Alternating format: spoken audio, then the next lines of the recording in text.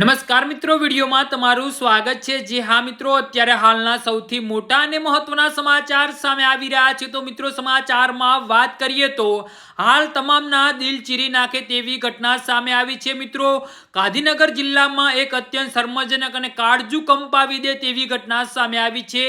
કલોલ તાલુકાના 17 વર્ષીય સગીરા ગત 6 ઓગસ્ટના રોજ પોતાના ઘરેથી કોલેજ જવા માટે નીકળી હતી। મોડી રાત સુધી સગીરા ઘરે પરત ન ફરતા ચિંતિત પરિવારજનોએ તેની શોધખોળ શરૂ કરી હતી।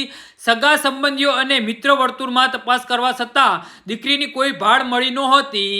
જી હા મિત્રો, અત્યારે હાલના સૌથી મોટા અને મહત્વના સમાચાર સામે આવી રહ્યા છે। તો મિત્રો, સમાચારમાં વધુ વિગતવાર વાત કરીએ તો તપાસ દરમિયાન સામે આવ્યું છે કે ગાંધીનગર સેક્ટર 16માં આવેલા એક ગેસ્ટ હાઉસમાં સગીરાને લઈ જવામાં આવી હતી। પેથાપુરના 22 વર્ષીય યુવક દિશાંત શર્મા ઉર્ફે દીપ શર્માએ સગીરાને આ ગેસ્ટ હાઉસમાં લઈ જઈને તેની સાથે ગંદુ કામ કર્યું હતું ને આ અનુમાનચિકુરતાના કારણે સગીરાના પ્રાઇવેટ પાર્ટમાં ગંભીર રક્તસ્રાવ શરૂ થયો હતો અને આ ગંદુ કામ કર્યા પછી સગીરાની સ્થિતિ અત્યંત ગંભીર બની ગઈ હતી અને તે બેભાન થઈ ગઈ હતી। રક્તસ્રાવને અટકાવવાનું નામ ન લેતા ગભરાયેલા આરોપી દીપ શર્માએ તરત જ પોતાના પિતાને સમગ્ર બાબતની જાણ કરી હતી।